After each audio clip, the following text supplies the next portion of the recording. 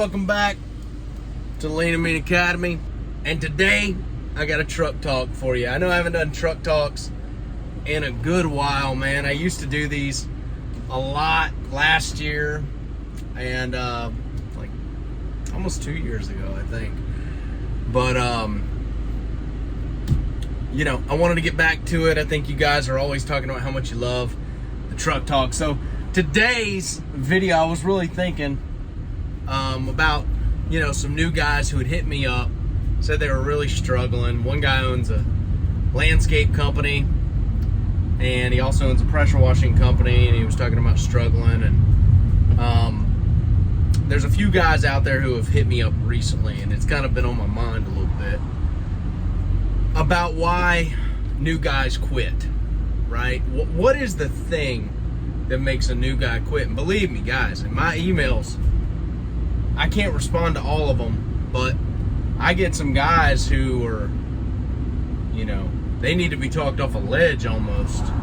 You know, there's guys who have emailed me who've been in prison or still are in prison, or they don't email me. They usually, I've had a few guys write me from prison. God bless, hopefully they can turn it around when they get out. Hopefully maybe the channel will minister to them a little bit and give them a direction when they get out. But new guys get started. I think the first reason, and this is kind of just off the top of my head, the first reason new guys quit is because they drastically underestimate how hard it's going to be the first year.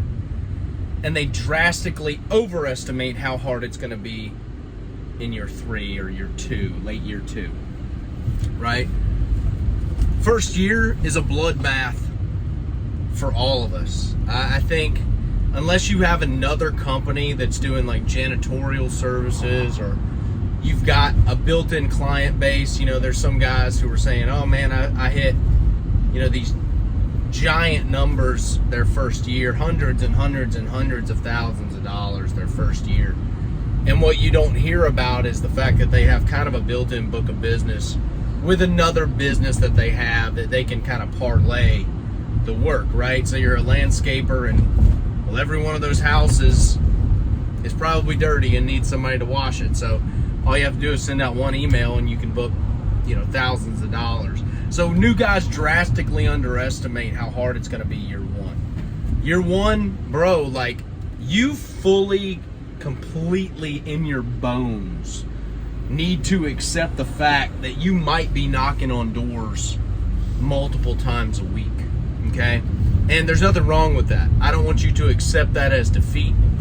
I don't want you, that's kind of part of the process.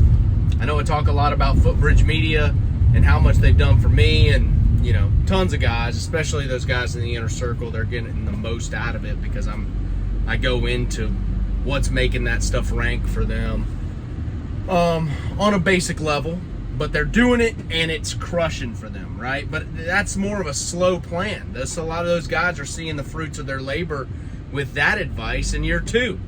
So new guys drastically underestimate how hard year 1 is going to be and how much work it is just to get momentum. It's almost like you're pushing, like you're Sisyphus, you're pushing the rock uphill. You know, I remember the sleepless nights. I remember not having anything booked for a week and not knowing where my next job was coming from. And all I could do was just take action, really buckle down, go find dirty stuff and offer to clean it. And I think that's one of the big reasons new guys quit. You know, another reason is probably just that they've never done anything like this. And I have to understand that. I can't really completely sympathize with it because I've always had some type of side gig, whether it was selling insurance at 19 or, you know, mowing lawns in a lawn care business at 16 and doing music for over 10 years. That's kind of feast or famine, and you eat what you kill in a way. You got to get an agent and all that stuff. So it's always, there's never a paycheck. I haven't had a paycheck since I was 15 working at Smoothie King. So I kind of have lived in that environment for better or worse, and there's been some bad times and really great times. but they are used to getting a check, and they're used to having that peace of mind, and it's very scary for a new guy to go off on his own, or he loses a job and he sees a YouTube video like this and he says, hey, I'm going to start a pressure washing business, and he sees the testimonials, he sees the success stories, and he thinks that's immediately going to happen for him. And I'm going to tell you that it's not, right? Like, they've never done this kind of thing. They may not be mechanically inclined in any way, and I'm not saying that you have to, but you better know somebody who is, because you're going to be working on your damn equipment. You're going to be going through stuff. You're going to be working on stuff. That's the nature of this beast, as with any contractor business. You kind of have to have some sort of element of handiness to you to be successful in general. So that's probably the second reason, is that a guy's never been out of the village, if you will, the safety, the confines of a paycheck.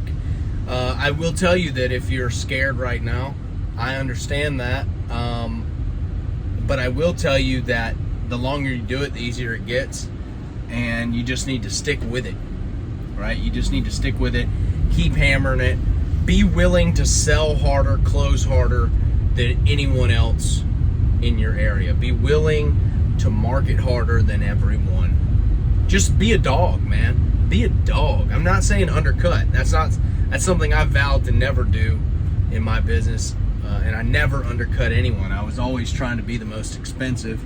Just a pride thing, dude. You know, like, honestly, if you're the highest priced guy, you help out the industry.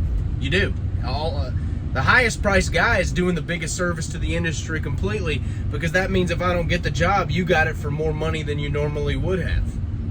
I'm erring on the side of abundance. The cheap guy errs on the side of scarcity. And the abundance wins every day of the week. So the jobs that you do win, you make more money, and you're able to stay afloat longer, even in the early days. All right. So I'd say that's number two. What would be the number three reason that guys quit?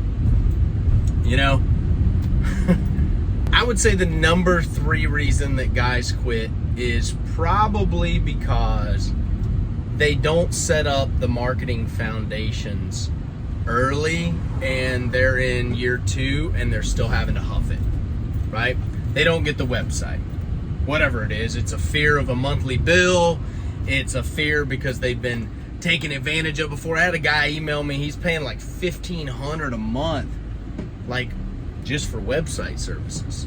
Like, Footbridge handles that for $200 a month. Do you know what you could do with another $1,300 a month with Google ads?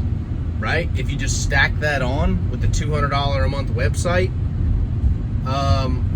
a lot, like enough, way more than you're paying in, and probably close to 10, 12 grand in jobs, you know, like easily 10%. Like, that's pretty easy to do, I'd say, if you're a good closer and you huff it. But guys just won't get past the monthly bill. They won't invest monthly in Google ads and really ride it out to where it starts, you know, producing and letting it optimize itself. They won't get a website and let it optimize for, you know, a year, 2 years. They won't do that. So what happens is they find themselves in late year one, year two, and they still don't have any of these foundations set up. Everything is done by a yard sign, or, you know, them posting organically on Facebook, which can get jobs, but you want to try to automate and get yourself out of the picture as soon as you can when it pertains to your marketing directly. Putting up yard signs is a lot of sweat. And honestly, if you're doing all the marketing for your business, and you're doing the jobs, and you're doing the selling, and you're doing the maintenance, man, get some of this stuff off your plate quick, right? The first thing you want to get off, damn, that's a bump right there, boy. They work on the road. First thing you get off is your website and your marketing. The second thing you should get off is the cleaning portion, right? And leave just the closing of the big jobs for you. Those bigger jobs you're going on site. But I'd say that's number three. Guys, don't implement the strategies early, whether they think they know it all or not. There are some of those guys out there. They're just hard-headed country dudes who are not gonna pay a monthly bill. They'll pay for that cable bill or that DirecTV, but they're not gonna pay a monthly bill for Google ads. They've never spent $1,300 a month on Google ads, much less anything, right? Maybe, I don't know, maybe a bass boat. They'll probably come off of 10 grand for a bass boat somehow. They figure that out, and then they'll buy that, but they won't invest it back into their business. So usually it's just stupidity with your money. That's usually what makes the guy lose. And a little bonus, why do guys quit? You know, first year guys, why do they quit? It's because some of them have jobs and they immediately like quit their job. Like, dude, don't do that. If you got a job, you got money coming in, especially if you got a family. If you don't have a family and you don't have like those type of bills, you know, I wouldn't, this probably isn't the same advice. You might be able to make more drastic changes, but a guy with a family, he doesn't need to quit his job early on and put his family in a tough position. Dude, moonlight on yourself. Do all of this shit on the weekend. Tell your family daddy's gonna be busy for this whole damn year.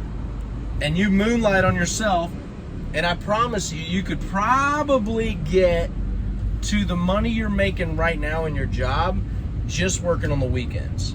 I'm pretty positive you can do that. If you come home at 5 p.m., you're bidding the jobs, you're doing them on the weekends, right? Yeah, you're making some sacrifices, but this will get your business up and running. You're able to invest in some of those foundations, get the marketing up and running. You're listening to what we're talking about in the inner circle, what we're talking about in the marketing portion on setting up this stuff to where it can be automated.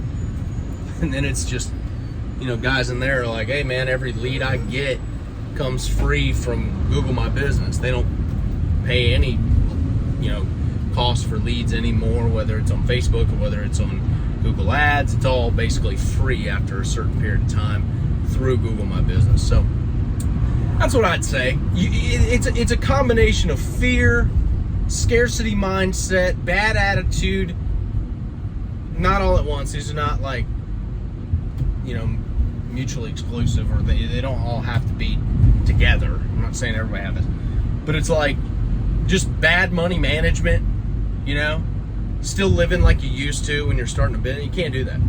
Like, I swear, bro, the whole first year, I lived on like nothing. I lived on beans and rice, bro. It was bad. And I hope that you're not in that position to where, you know, that's where you're at. That's a rough spot to be in. But you can do it. And maybe those guys succeed a little more often because they have to. Okay? Hope you enjoyed this video. Hey, listen, Cody Yarbrough over at Southeast Soft Wash is having an equipment sale till August, like late August, the 31st, I think. If you want to save thousands on a rig build, going over to southeastsoftwash.com. Check it out. Also, I urge you, if you're wanting to start a pressure washing business and you're digging the truck talks, you're digging what we're doing, Cody Yarbrough, Mike Vadan, Justin Rogers, myself, we made a course called How to Wash. It covers everything you need to know, from mixing in the chemicals to how to apply it to how to clean, how to do all of the stuff that pertains to the washing process in this business. All right, so you know all the stuff and you're not out there making a bunch of mistakes. You're not trying to figure it out the entire first year. You just compress that first year into a course. Go grab it. It'll be the first link in the description, first link in the comments. I'll see you guys in the next Truck Talk. Wow.